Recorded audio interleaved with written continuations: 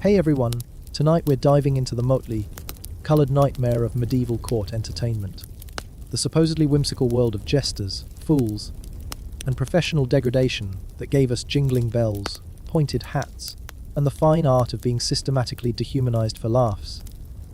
Before we begin this journey into medieval misery, go ahead and hit that like button if you're genuinely enjoying the content, and subscribe if you want more historical reality checks delivered with a side of existential dread. Drop a comment letting me know where you're watching from and what time it is in your corner of the world. It's always incredible to see our global community of history enthusiasts and masochists gathering together.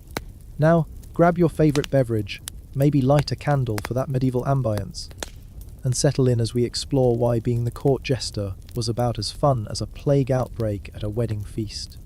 So you think being a court jester was all bells and laughter? Absolutely precious, like a lamb volunteering for the slaughter or a fish signing up for frying lessons. What you actually signed up for was a lifetime subscription to professional humiliation, with a side order of potential execution and a generous helping of existential dread. Let me paint you the real picture of your new career, one where success was measured by how effectively you could degrade yourself while dancing on the razor's edge between amusement and annihilation. First, let's talk about how you even stumbled into this particular circle of hell.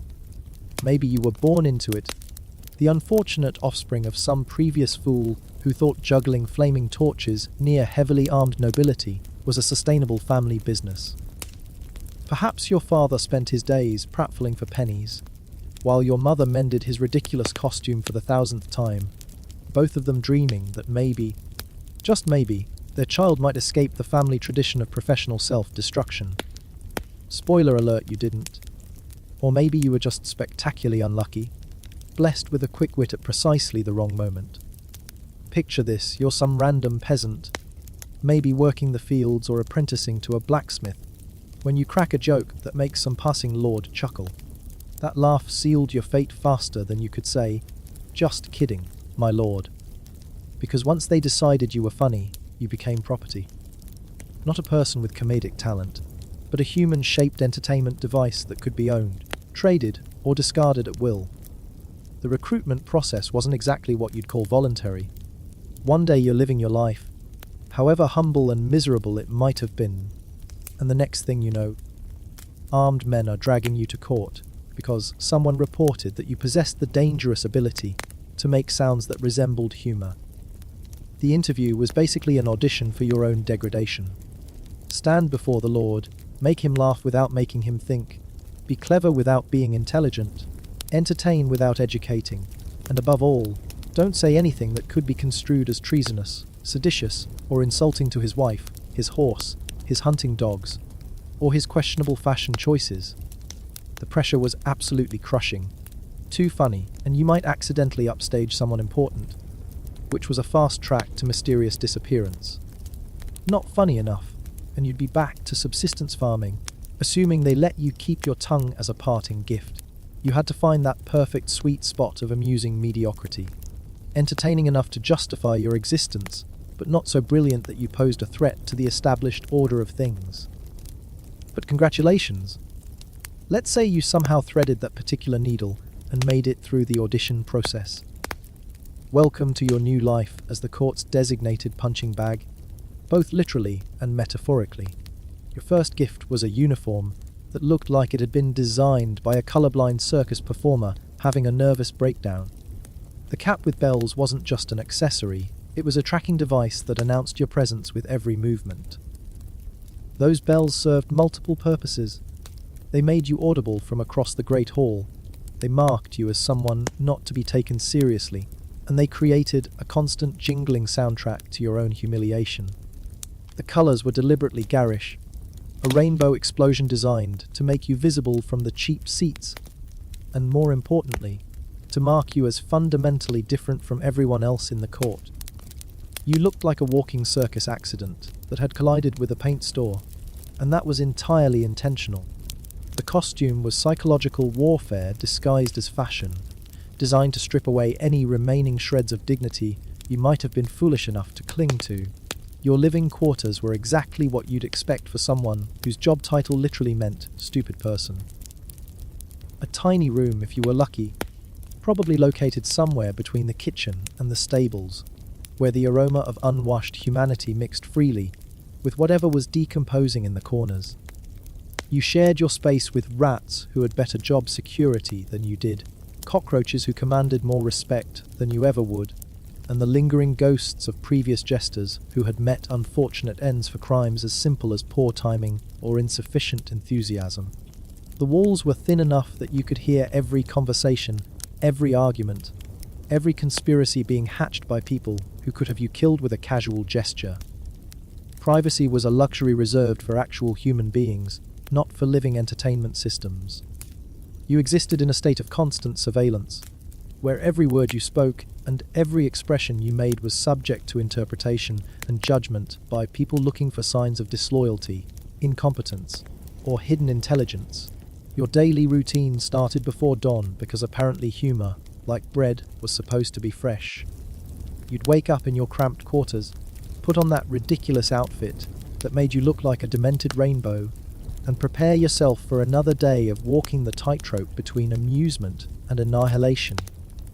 Your first task was often to entertain the Lord during his morning routine, which meant standing there making jokes while he attended to his bodily functions.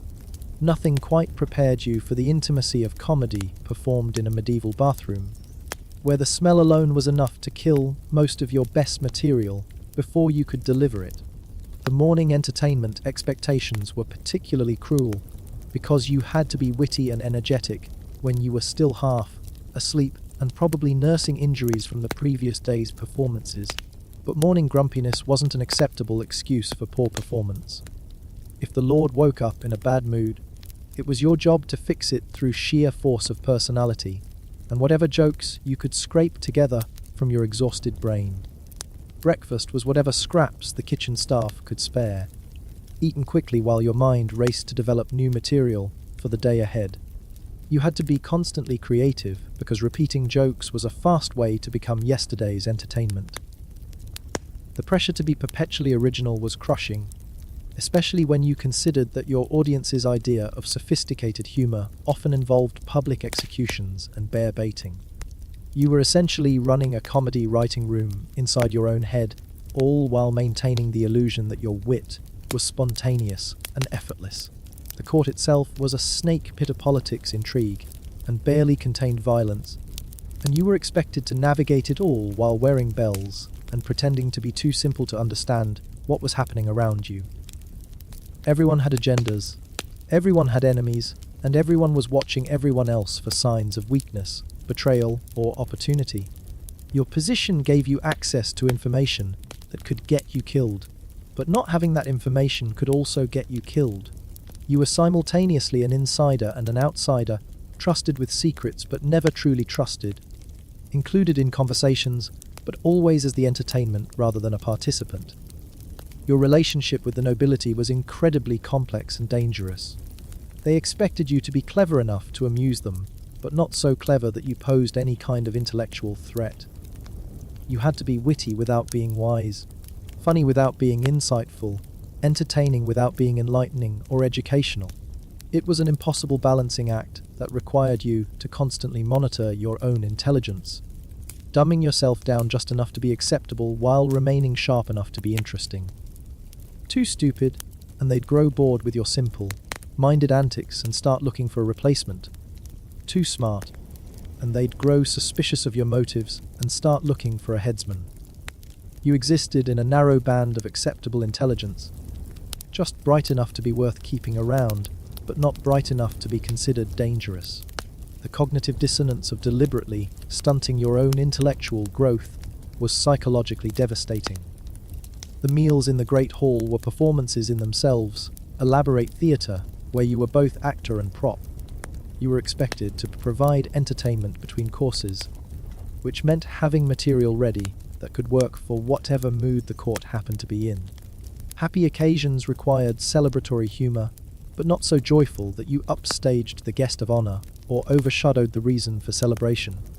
Sombre occasions required lighter touches to lift spirits, but not so light that you seemed disrespectful of whatever tragedy or serious matter was being discussed.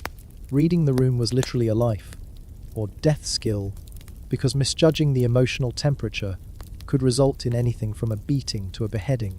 You had to be a master psychologist, anthropologist, and mind reader all rolled into one ridiculous package. The slightest miscalculation could turn your audience from laughing with you to laughing at your execution, and the line between those two types of laughter was often invisible until you'd already crossed it. And speaking of beatings, let's talk about the occupational hazards that came with your chosen profession. Being a court jester meant being a professional target for every form of abuse the medieval mind could devise. When the Lord was in a bad mood, guess who got to absorb that negative energy? When political tensions were running high, guess who provided a convenient outlet for frustration and anger? When the wine was flowing freely and inhibitions were lowered, guess who became the evening's designated punching bag? Your job description should have included human stress ball, because that's essentially what you were. Every emotion that couldn't be directed at its actual target got redirected toward you instead. Anger at political rivals became anger at your performance.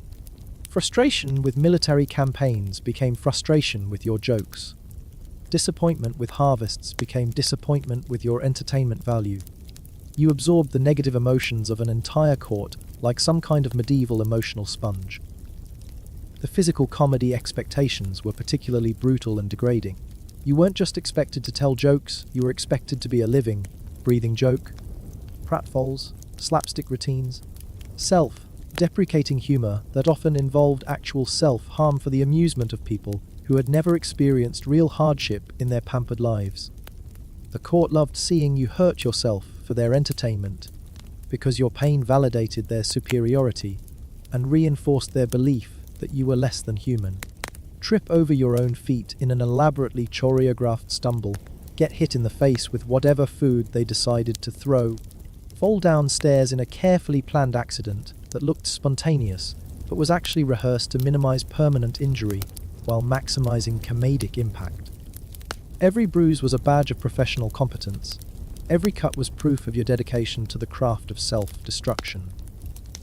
You were expected to smile through it all, to treat your own suffering as the punchline to an ongoing joke that never got old for the audience but grew more soul-crushing for you with each repetition. The sexual politics of the medieval court were particularly treacherous territory for someone in your position.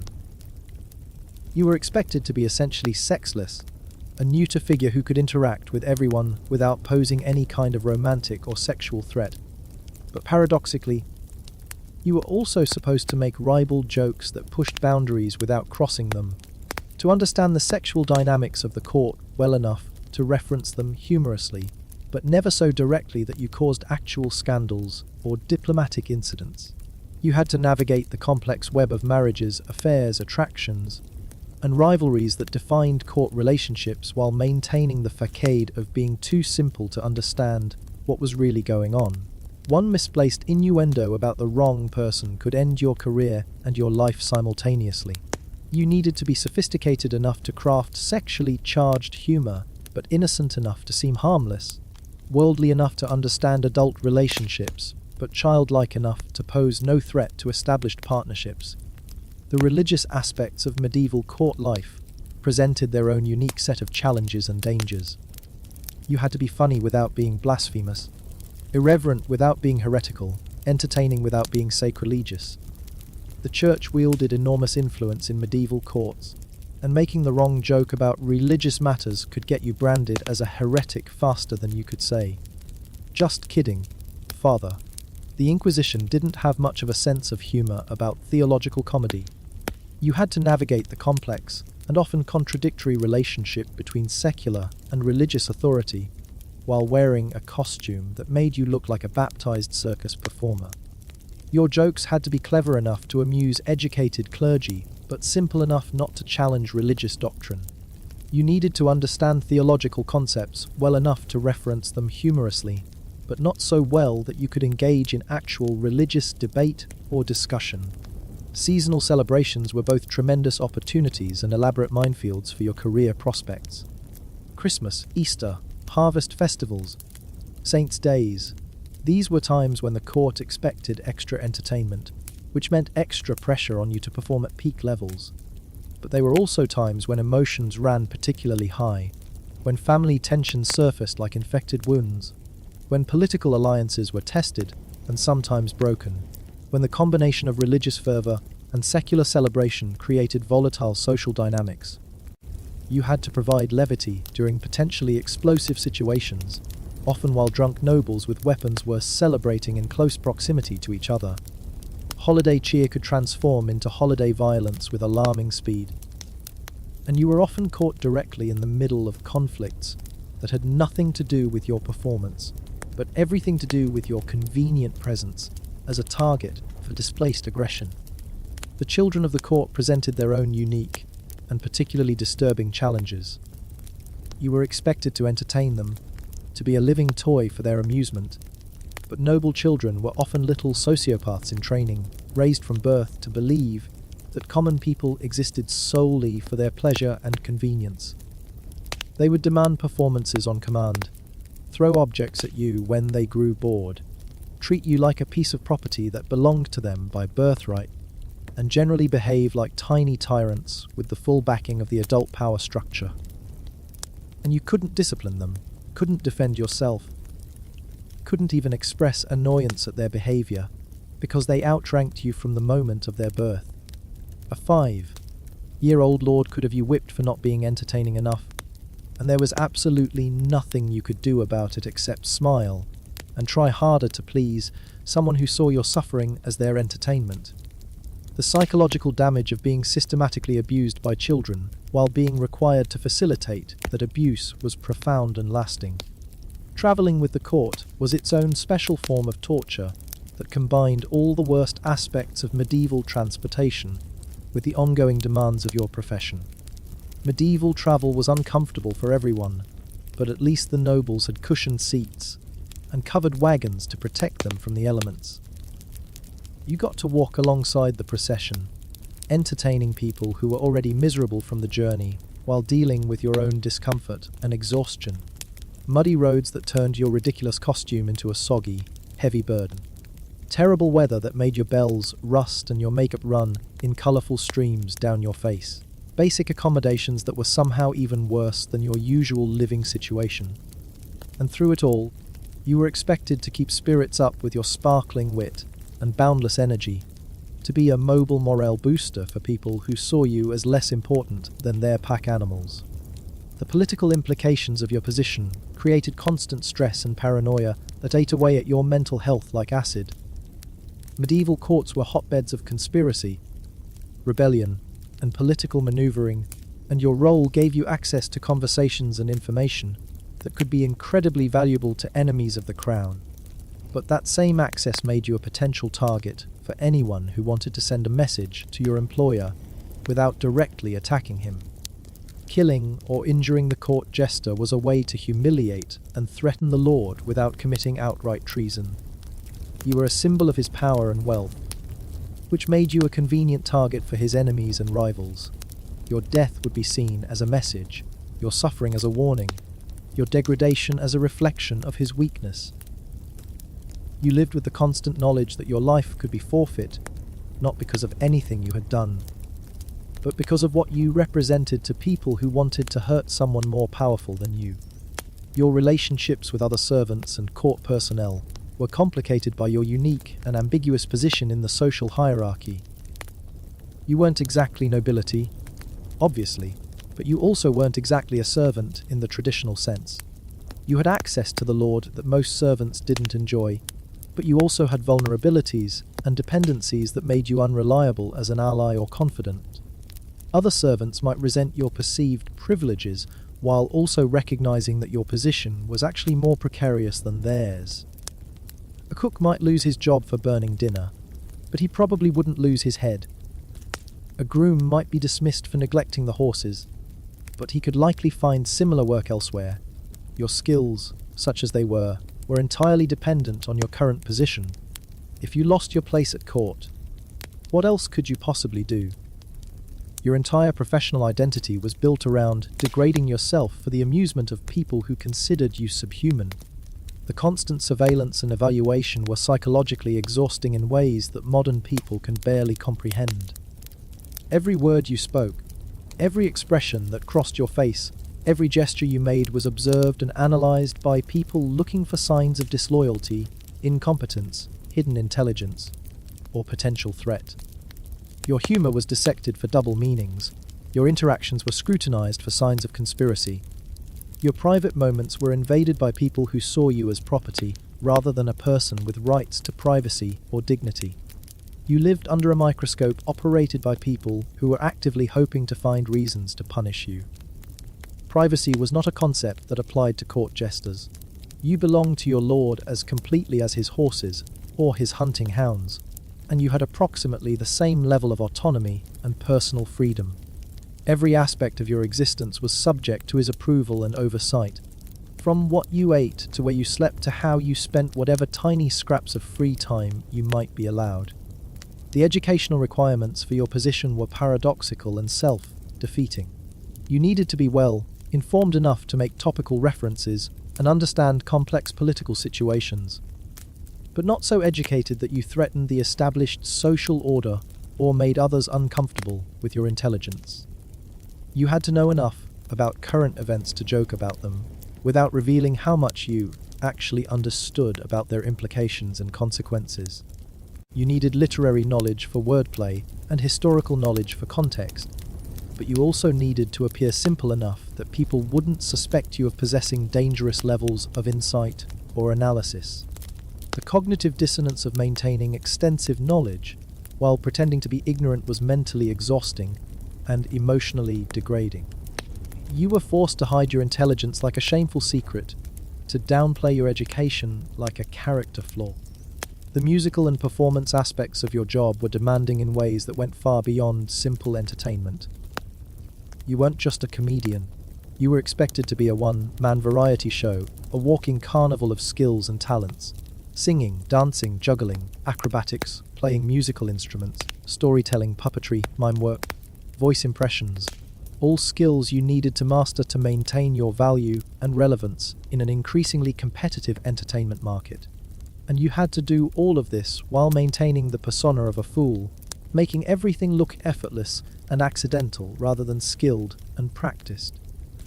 The cognitive dissonance of being a highly trained performer, pretending to be incompetent, was psychologically devastating. You spent years developing expertise that you then had to hide behind a mask of bumbling idiocy, talents that you could only display in the context of self-mockery and degradation. Sleep became a luxury that you rarely enjoyed fully or peacefully. The stress of your position, the constant need to be on and performing, the ever-present fear of saying or doing something that could end your life, all of this made restful sleep nearly impossible to achieve. You'd lie awake at night thinking about the day's performances, analyzing every joke for potential problems, worrying about tomorrow's challenges and obstacles.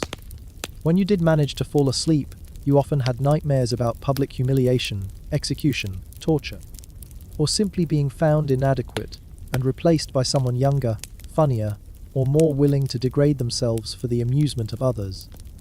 Your dreams were haunted by the faces of your audience, their laughter echoing in your subconscious, like the sound of your own doom approaching with inexorable certainty. The weather became your enemy in ways that extended far beyond simple physical discomfort. Outdoor performances in medieval climates meant dealing with rain, snow, wind, and temperature extremes while wearing a costume designed for visibility and humor rather than protection from the elements. Your bells would freeze solid in winter, creating painful impacts with every movement. Your makeup would run in summer heat and rain, streaking down your face in colorful rivers that made you look more pathetic than amusing. Bad weather affected the mood of the court, which directly impacted your reception and job security.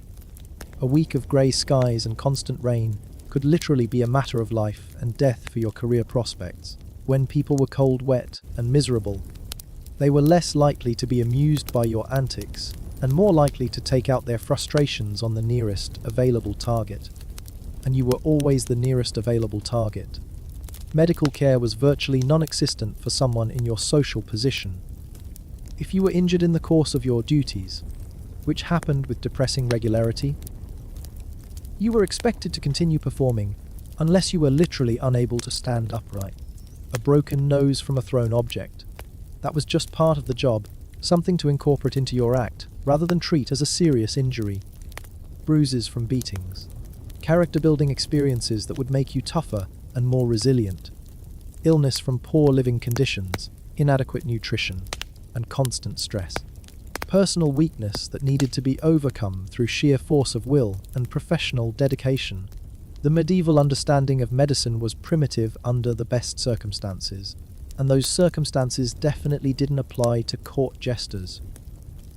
You were expected to heal yourself through continued performance, to work through pain and sickness as proof of your commitment to your craft. The aging process was particularly cruel and terrifying for people in your profession. Your value was tied directly to your ability to entertain, and as your physical capabilities inevitably declined with age, so did your usefulness to your employers. Unlike other professions where experience and wisdom were valued assets, jesting required energy, agility, quick reflexes, and physical resilience that naturally diminished over time. There was no retirement plan for court jesters, no pension system, no graceful way to step down from your position when your body could no longer handle the demands. No gold watch and comfortable cottage in the countryside after decades of faithful service. You worked until you literally couldn't anymore, and then you were discarded like any other broken tool that had outlived its usefulness. The lucky ones died in service. The unlucky ones lived long enough to be replaced and abandoned. The psychological toll of constantly degrading yourself for others' amusement was immense and cumulative. Your job required you to make yourself the butt of every joke, to emphasize your own inadequacies and failures for comedic effect, to present yourself as foolish, incompetent, and inherently worthy of mockery and derision. Day after day, year after year, decade after decade, you had to maintain this performance of systematic self-destruction. The line between your professional persona and your actual self-image became increasingly blurred as you internalized the role you played. It was a form of psychological self-harm disguised as entertainment, a slow motion suicide of the spirit that was applauded and rewarded by people who saw your suffering as their pleasure. The damage to your sense of self-worth and personal dignity was profound and probably irreversible. The social isolation was perhaps the cruelest aspect of your entire existence. You were always performing, never genuine, never able to form real relationships based on mutual respect and equality. Every interaction was colored by your role as the fool. Every conversation was potential material for future performances. Every moment of human connection was tainted by the knowledge that you were seen as entertainment rather than as a complete person deserving of respect and dignity. You couldn't confide in anyone because your vulnerabilities might become tomorrow's jokes. You couldn't trust anyone because information about your private thoughts and feelings could be used against you by people looking for new ways to humiliate you publicly. You existed in a state of perpetual loneliness, surrounded by people who saw you as a walking punchline rather than a human being with thoughts, feelings, dreams, and fears. The sexual frustration and romantic isolation were real and deeply problematic aspects of your situation. Your position made normal romantic relationships virtually impossible to develop or maintain. Who would want to court someone whose job was to be publicly humiliated on a daily basis? Who would respect someone whose livelihood depended on degrading themselves for the amusement of others? Who would want to be associated with someone who was considered the lowest form of entertainment? The costume alone was enough to repel most potential romantic partners. And even if someone was somehow interested in you despite your professional obligations, the logistics of conducting a relationship while living under constant surveillance and scrutiny were nearly impossible to navigate. Many jesters remained celibate throughout their entire careers, not by choice but by circumstance, denied even the basic human comfort of intimate companionship. The dietary restrictions and chronic malnutrition affected every aspect of your physical and mental health. You ate when and what you were given, often nothing more than leftovers and scraps that were barely nutritious enough to sustain basic bodily functions. The stress of your position increased your caloric needs, while your irregular meal schedule and poor quality food made proper nutrition nearly impossible to achieve. This chronic malnutrition affected your physical health, your mental acuity, your emotional stability, and your ability to perform at the level expected of you. Hunger was a constant companion, gnawing at your concentration and dulling your wit precisely when you needed to be at your sharpest and most entertaining. The irony of being expected to amuse well-fed people while you slowly starved was not lost on you, but there was nothing you could do about it except continue performing and hope that your value as entertainment outweighed the cost of keeping you alive. The seasonal affective disorder was real and completely unrecognized in medieval times. The long, dark winters were psychologically devastating for everyone, but as a jester, you were expected to be a source of light and humor during the darkest, most depressing months of the year. When everyone else was allowed to be gloomy and withdrawn, when the natural human response to winter darkness was accepted and accommodated, you had to maintain your cheerful, energetic persona regardless of your actual mental state. The disconnect between your required demeanor and your genuine feelings during the winter months was particularly difficult to manage without any understanding of depression, seasonal mood disorders, or the psychological impact of prolonged darkness and cold. You were expected to be a human antidepressant, a walking cure for winter blues, all while dealing with your own seasonal depression without any support or recognition. The legal vulnerability of your position was absolutely terrifying when you really thought about it. As essentially property of the court, you had virtually no legal rights or protections. If someone accused you of a crime, you had no recourse to fair justice or legal representation. If someone injured you deliberately or accidentally, you had no right to compensation or legal remedy. If someone stole from you, not that you owned anything worth stealing, you had no property rights to invoke. You existed in a legal grey area where you were held responsible for your actions, but had no protection for your person or possessions. You could be punished for crimes you didn't commit, blamed for problems you didn't cause, and held accountable for outcomes that were completely beyond your control. The arbitrary nature of medieval justice was bad enough for ordinary people. For court jesters, it was absolutely nightmarish. The religious expectations placed on you were contradictory and nearly impossible to navigate successfully. You were expected to be moral enough to avoid scandal and maintain the reputation of the court, but immoral enough to make jokes about sin, temptation, and human weakness.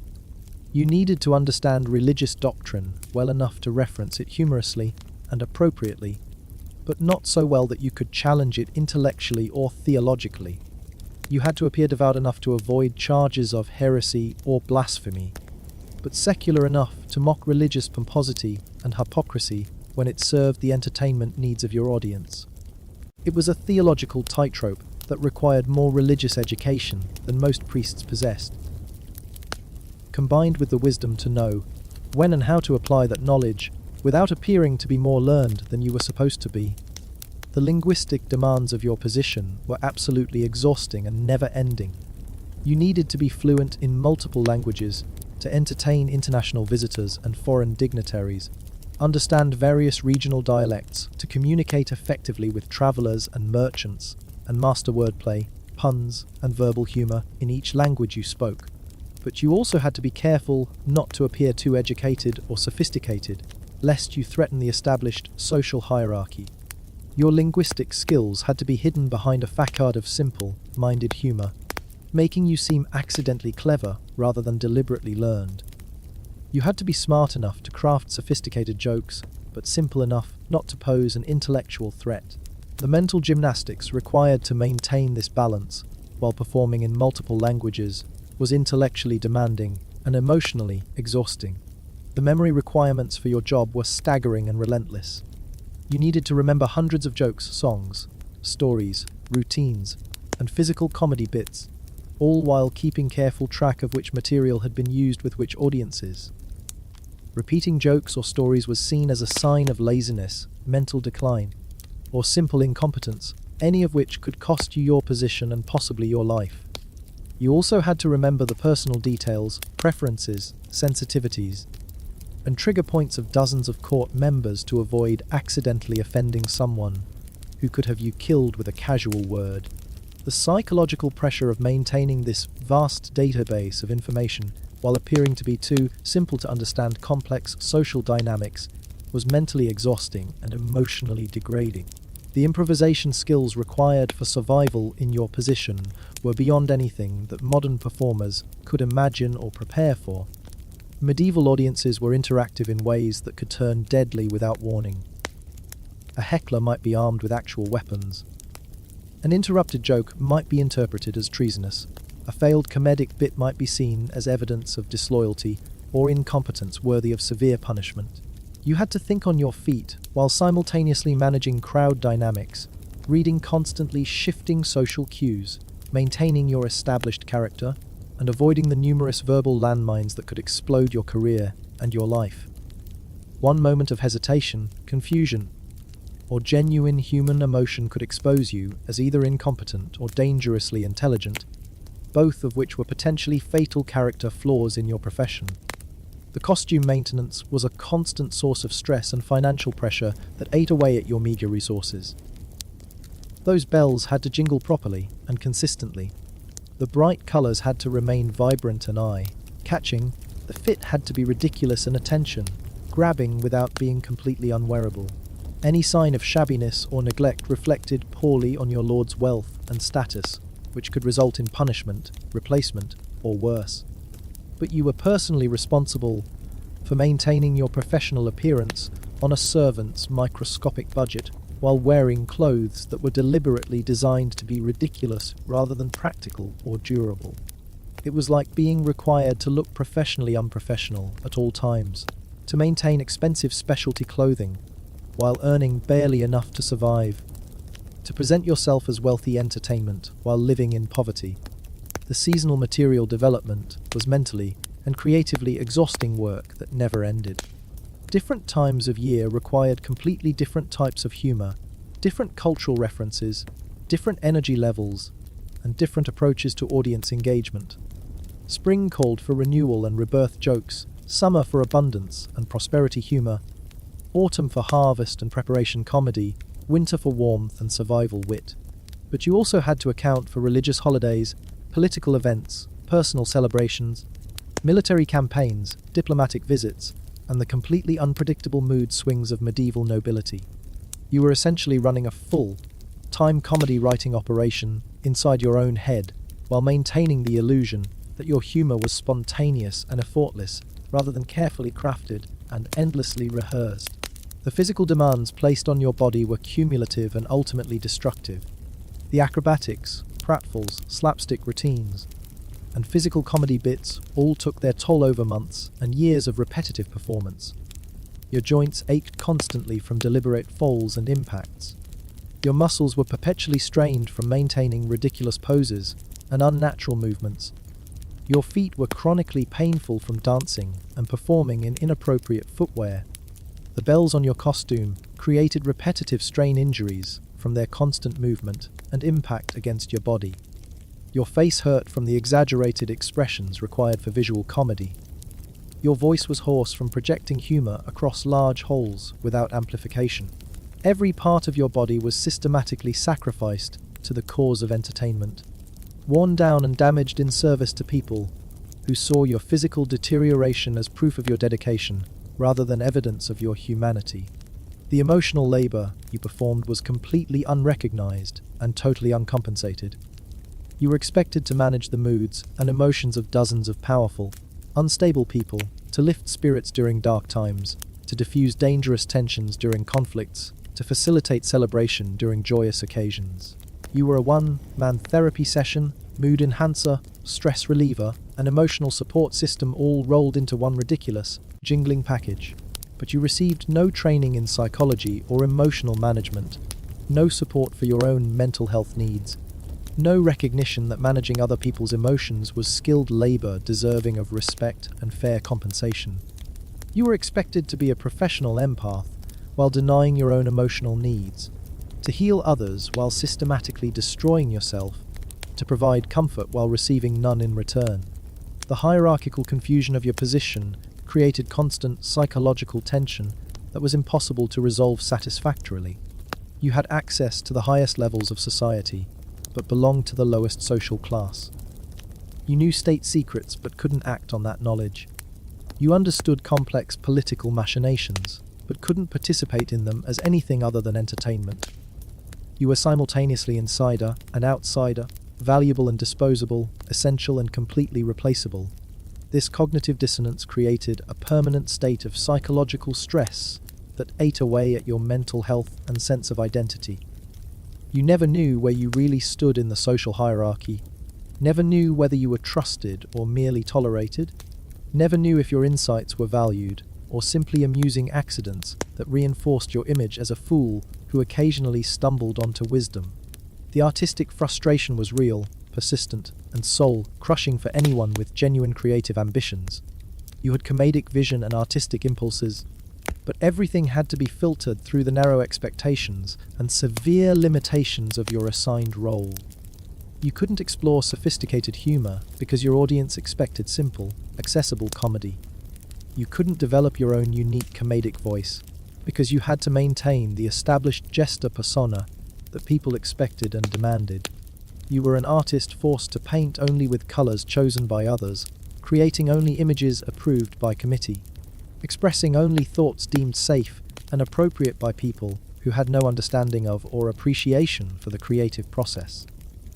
Your artistic potential was systematically stunted and redirected into acceptable channels that served others' needs rather than your own creative fulfillment. The historical perspective makes it abundantly clear that being a medieval court jester was absolutely nothing like the whimsical, carefree existence that modern imagination often portrays. It was a life of constant performance under threat of death, perpetual vulnerability disguised as privilege, systematic dehumanization presented as entertainment. You were a human sacrifice to the gods of medieval boredom, a living reminder of what happened to people who tried to find joy and laughter in a world where both were luxuries reserved for those with the power to demand them from others. The economic insecurity was crushing and completely inescapable. Unlike other court positions that might offer some measure of stability or opportunity for professional advancement, jesting was definitively a dead-end career with no transferable skills and no advancement opportunities. If you lost your position for any reason, poor performance, political changes, your lord's death, or simple replacement by someone younger and more entertaining, what else could you possibly do with your life? Your entire skill set was based on degrading yourself for the amusement of people who considered you subhuman. There was no jester guild to protect your interests, no professional network to help you find new employment, no career path that led anywhere except to more of the same systematic humiliation until you aged out, burned out, or died out. The generational trauma affected not just you but any family you might have managed to create despite the overwhelming obstacles. Children of jesters were often forced into the same degrading profession, continuing a cycle of inherited humiliation that could span generations. The shame and stigma of your position reflected on your entire family line, limiting their opportunities and marking them as descendants of fools in a society that valued bloodline and social status above individual merit.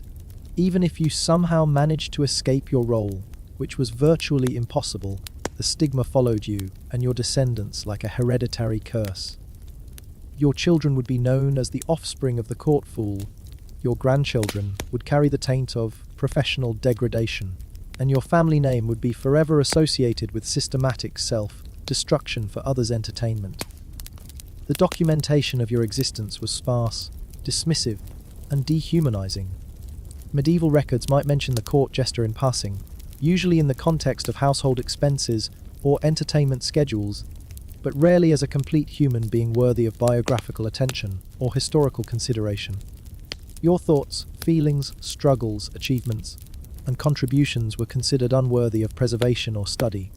You lived, suffered, and died in service to people whose lives were meticulously documented and preserved for posterity, while your own existence was reduced to occasional footnotes about the fool's performance or entertainment expenses. Your humanity was erased from the historical record as systematically as it was denied during your lifetime.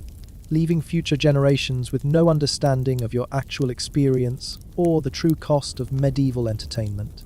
The international implications of your role became particularly complex and dangerous when courts hosted foreign dignitaries, ambassadors, or visiting nobility.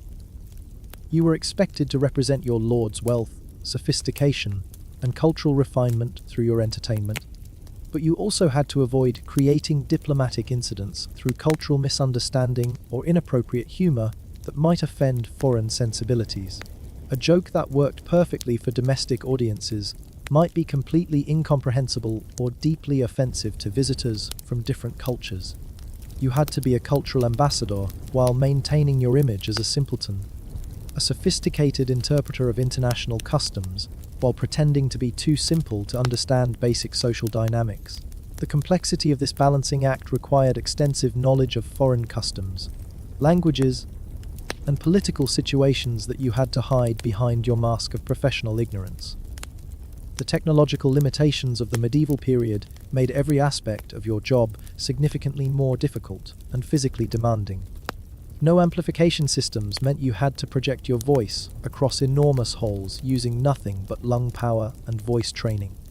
No electric lighting meant you had to perform in dim, flickering candlelight that made visual comedy difficult and dangerous.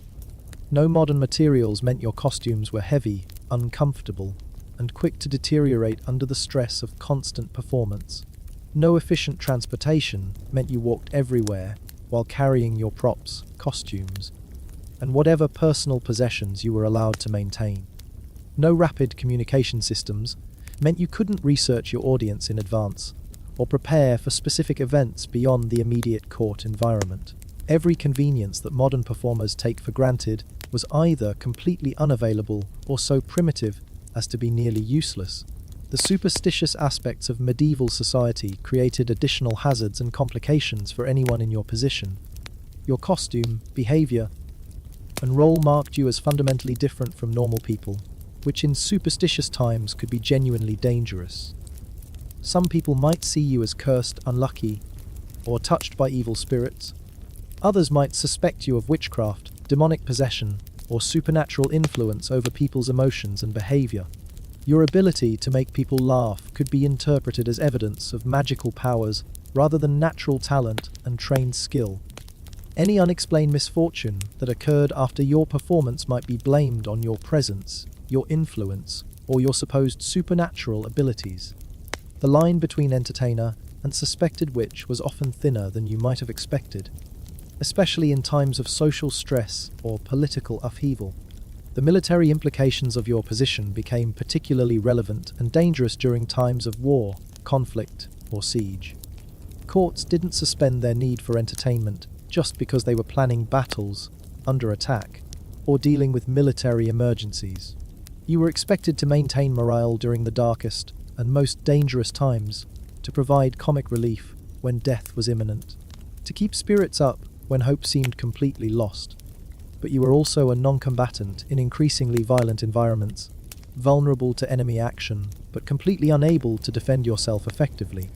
Your ridiculous costume and obvious civilian status made you an easy target for enemy forces looking to demoralize your side through symbolic attacks. Killing or capturing the court, Jester was a way for enemies to humiliate your lord without engaging in direct military confrontation. The class mobility issues were absolutely insurmountable for the vast majority of people in your position. Unlike other servants who might eventually earn enough money to buy their freedom, gain positions of respect through demonstrated competence, or accumulate enough influence to improve their social standing, jesters were trapped in their roles by the very nature of their work and public image. Your professional identity as a fool made it impossible for others to take you seriously in any other capacity or context.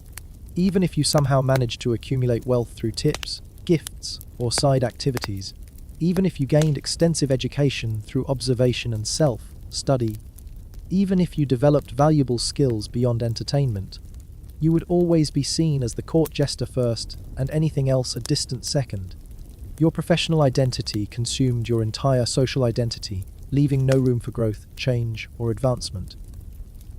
The health impacts of your lifestyle were cumulative, irreversible, and ultimately fatal.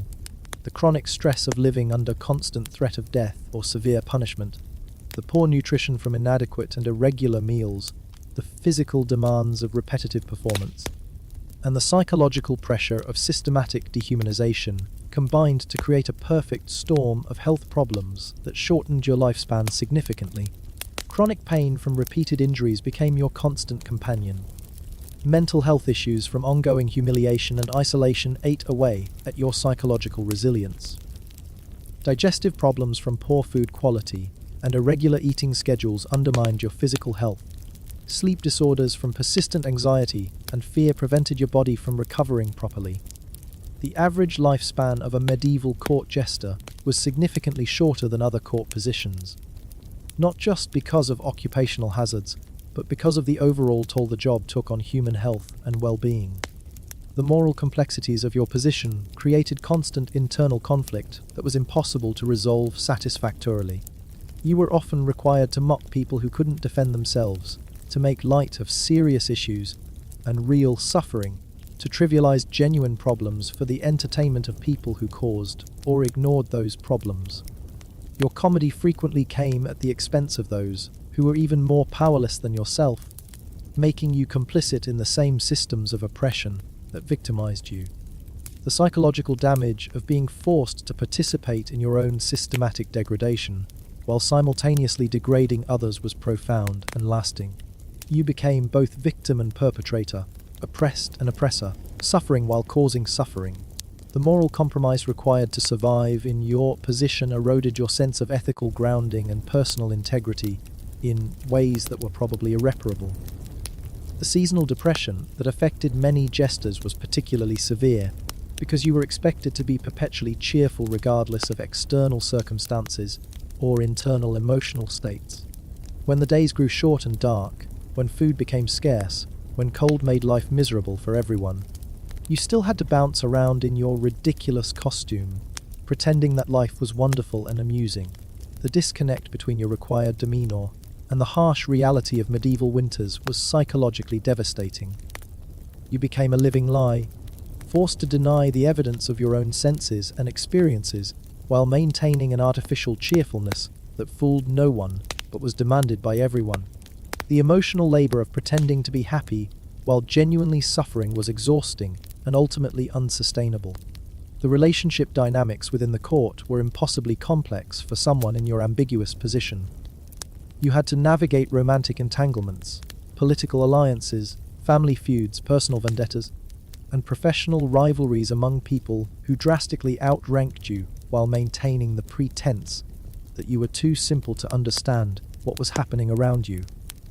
But your survival depended on understanding exactly what was happening, which meant you were constantly pretending to be stupider than you actually were while being more observant and analytical than anyone suspected.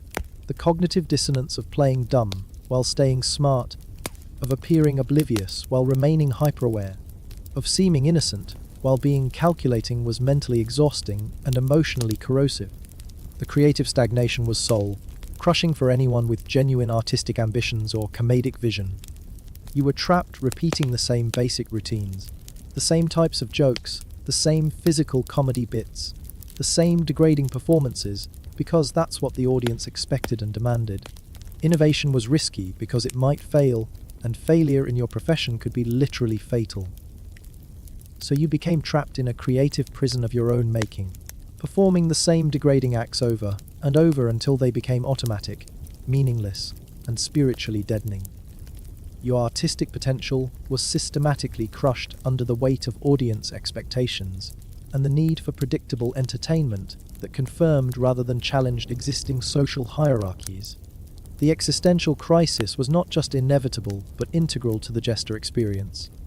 What was the fundamental point of your existence?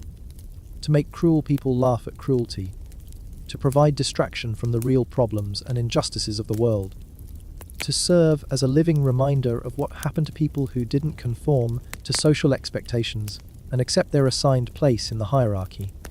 The meaninglessness of your role in the grand scheme of human existence was impossible to ignore, especially during the long, dark nights when you lay awake in your cramped quarters wondering how your life had had become such a grotesque parody of human dignity and potential. You were a walking contradiction, a living symbol of humanity's capacity for both creativity and cruelty, intelligence and degradation, hope and despair. The financial exploitation was systematic, inescapable, and designed to keep you permanently dependent on your employers. You were paid barely enough to survive, if you were paid at all beyond basic room and board. Many jesters were essentially slaves, owned outright by their lords, and given only the bare necessities of life in exchange for constant availability and performance. Even if you were technically free, your economic dependence on your employer made that freedom completely meaningless in practical terms. You couldn't save money for the future, couldn't invest in alternative career options, couldn't escape the cycle of poverty that kept you trapped in your degrading role. Every aspect of your economic life was controlled by people who benefited from your desperation and powerlessness. The social stigma extended far beyond your working hours and professional obligations, following you into every aspect of your personal life and social interactions.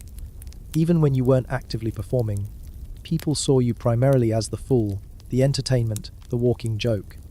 Your opinions weren't taken seriously.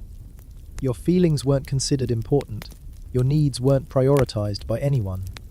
You were seen as less than fully human, a specialized tool for producing laughter, rather than a complete person with thoughts, dreams, fears, and desires that mattered. This systematic dehumanization affected every relationship you attempted to form, making genuine friendship nearly impossible and romantic connection virtually unattainable.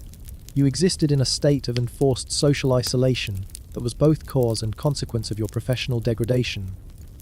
The occupational hazards were numerous, varied, and impossible to avoid completely. Beyond the obvious risks of physical injury from pratfalls, slapstick routines, and objects thrown by audience members, you faced constant exposure to diseases from close contact with unwashed medieval crowds and unsanitary living conditions. You risked poisoning from the crude makeup and dye materials used in your costume. You faced threats of violence from drunken nobles, political enemies, and random criminals who saw you as an easy target. You could be executed for a poorly timed joke, beaten for failing to amuse someone having a bad day, or simply murdered by someone who wanted to send a message to your employer. Every single day brought new opportunities for your profession to literally kill you in creative and unexpected ways. The psychological manipulation you endured was sophisticated, systematic, and designed to break down your sense of self-worth and personal agency. You were trained from the beginning to find validation in degradation, to measure success by how much others laughed at your expense, to derive whatever self-worth you were allowed from your ability to destroy yourself entertainingly. This conditioning made it extremely difficult to maintain any sense of personal dignity or self-respect. You were systematically gaslit into believing that your suffering was entertainment, that your pain was pleasure for others, that your humanity was less important than their temporary amusement. The psychological damage from this constant manipulation was profound and probably permanent. The cultural impact of your role perpetuated harmful stereotypes and social attitudes about mental illness, physical disability, poverty, and social outcasts. By playing the fool, you reinforced the dangerous idea that people who were different, disadvantaged, or disabled deserved mockery rather than compassion and support. Your performances normalized cruelty and made it socially acceptable to laugh at human suffering, struggle, and misfortune. You were unwittingly complicit in maintaining systems of oppression that harmed not just yourself but countless others who were seen as acceptable targets for ridicule and abuse. Your existence as entertainment validated the worst impulses of human nature while discouraging empathy and genuine understanding. The linguistic isolation became particularly problematic for jesters who travelled with courts or were required to entertain international guests and visitors. Your humour, wordplay, and comedic references didn't translate effectively across languages or cultures, leaving you unable to perform at your usual level when faced with foreign audiences who didn't share your cultural background or linguistic sophistication. But you were still expected to be entertaining regardless of language barriers, which often meant resorting to purely physical comedy that was more demeaning and less intellectually satisfying than your usual repertoire. You became a mime rather than a wit, a physical performer rather than a verbal artist, further reducing your creative expression to its most basic and degrading elements. The legacy issues haunted jesters throughout their careers and continued long after their deaths. What would people remember about your life and work? That you made them laugh during difficult times, that you provided entertainment during boring moments, or simply that you were willing to systematically degrade yourself for their temporary amusement and fleeting pleasure. The historical record suggests that most jesters were remembered, if they were remembered at all, as curiosities rather than artists, as objects of entertainment rather than subjects worthy of respect, as punchlines rather than people with complex inner lives and genuine human dignity. Your entire existence was reduced to a footnote in someone else's story, a brief mention in the margins of history written by, and for people who considered themselves more important than you. The retirement planning was completely non-existent because there was no realistic expectation that you would survive long enough to require retirement accommodations. The job was widely understood to be terminal, either through occupational accidents, political execution, or simple physical and psychological wear and tear that would eventually destroy your ability to perform. You were expected to work until you died, with no consideration for what might happen if you became unable to fulfill your duties due to age, injury, illness, or mental breakdown. There was no pension system for aging entertainers, no care facilities for former court performers, no recognition that you might need support and assistance in your declining years. You were a disposable commodity with a limited useful lifespan and no value beyond your ability to produce laughter on demand. The weather-related challenges went far beyond simple physical discomfort and represented a constant threat to your health, safety, and job security. Medieval climates were harsh and unpredictable, and you were expected to perform regardless of conditions while wearing a costume designed for visibility rather than protection from the elements.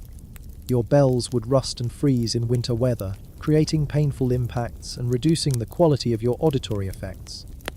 Your makeup would run in rain and heat, streaking down your face in ways that made you look more pathetic than amusing.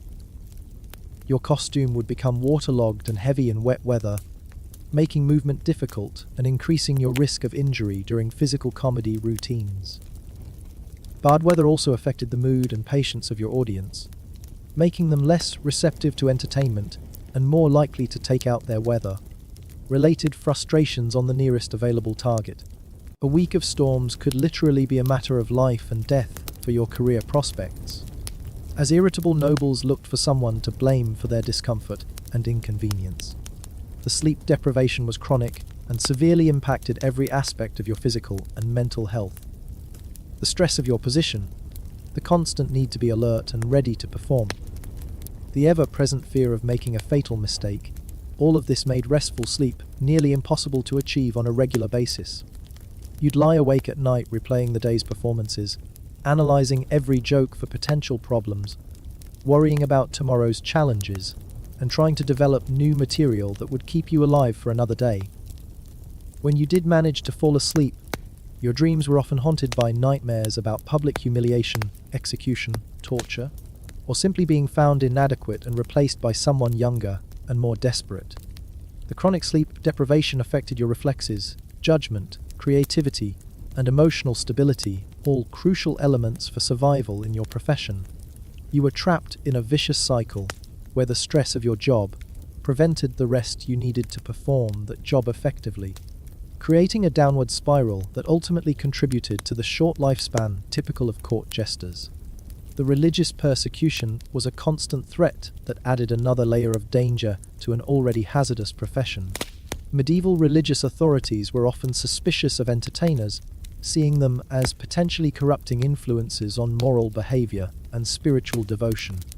Your role required you to mock human folly and weakness, which could easily be interpreted as challenging religious teachings about human nature and divine authority. Your costume and behavior marked you as someone outside normal social conventions, which in deeply religious societies could be seen as evidence of heretical beliefs or demonic influence. Any jokes that touched on religious themes, even innocently, could be interpreted as blasphemy worthy of severe punishment. The line between acceptable humor and dangerous heresy was often invisible until you had already crossed it, making every performance a potential trial for your faith and your life. The technological limitations created constant practical problems that modern performers can barely imagine. No amplification meant projecting your voice across stone holes that absorbed sound. No reliable lighting meant performing in flickering candlelight that created moving shadows and made visual comedy unpredictable. No modern materials meant costumes that fell apart quickly and were expensive to replace. No efficient transportation meant walking everywhere while carrying all of your equipment and possessions. No refrigeration meant food that spoiled quickly and increased your risk of illness. No modern medicine meant that minor injuries and illnesses could become life-threatening complications. Every aspect of your professional life was made more difficult and dangerous by the primitive technology of medieval times. The political intrigue made your position incredibly dangerous because you had access to sensitive information but no power to protect yourself if that information became politically valuable. Medieval courts were hotbeds of conspiracy, rebellion, and assassination plots, and your role as entertainer gave you opportunities to overhear conversations and observe interactions that could be crucial to various political factions. But possessing dangerous knowledge without the power to act on it or protect yourself made you a liability to everyone involved. You could be killed to prevent you from revealing what you knew, kidnapped to force you to reveal what you had learned, or simply eliminated as a security risk by people who couldn't afford to let you live with their secrets. The family destruction was perhaps the most heartbreaking aspect of your situation. If you had managed to create a family despite all the obstacles, your profession put them at constant risk. Your children could be targeted to influence your behavior. Your spouse could be threatened to ensure your compliance. Your entire family could be punished for your professional failures or political mistakes. Many jesters chose to remain unmarried and childless rather than subject loved ones to the dangers and degradation associated with their position. The isolation this created was profound and lasting, cutting you off from one of the most fundamental sources of human meaning and connection. You sacrificed not just your own dignity, but your chance at family happiness for the temporary amusement of people who saw you as disposable entertainment. So there you have it, the complete, unvarnished truth about what it meant to be a medieval court jester. You traded everything that made life worth living for the dubious privilege of making cruel people laugh at cruelty. You surrendered your dignity, your health, your safety, your relationships, your future, and ultimately your humanity for the fleeting approval of people who would replace you without a second thought the moment you stopped being amusing. You were a living sacrifice to the gods of medieval boredom, a human offering on the altar of aristocratic entertainment. Your existence validated the worst aspects of human nature while discouraging the development of empathy, compassion, and genuine understanding between different social classes. You were proof that in a world divided between those who had power and those who didn't, even laughter came at a terrible price, and that price was always paid by people like you. Your life was a cautionary tale about what happened to those who tried to find joy in a joyless world, who attempted to create light in overwhelming darkness, who dared to believe that humor and humanity could coexist with power and privilege. The bells on your costume weren't just decorative elements, they were funeral bells, tolling constantly for the death of your dignity, your dreams, and ultimately your hope that human beings might be capable of something better than systematic cruelty disguised as entertainment. And when the show finally ended, when your body could no longer handle the abuse and your mind could no longer bear the humiliation, when age or injury or simple exhaustion finally claimed you, the court would mourn your passing for exactly as long as it took to find your replacement.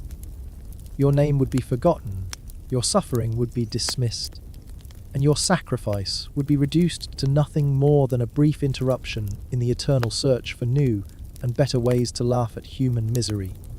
The bells would jingle for someone else, the costume would be altered to fit a new victim, and the cycle of systematic dehumanization would continue unbroken, generation after generation, until finally the medieval world itself passed away, and took its appetite for human degradation with it into the darkness of history. That was your legacy, your contribution to human civilization. You were the price paid for the laughter of those who never learned that true joy cannot be built on the suffering of others.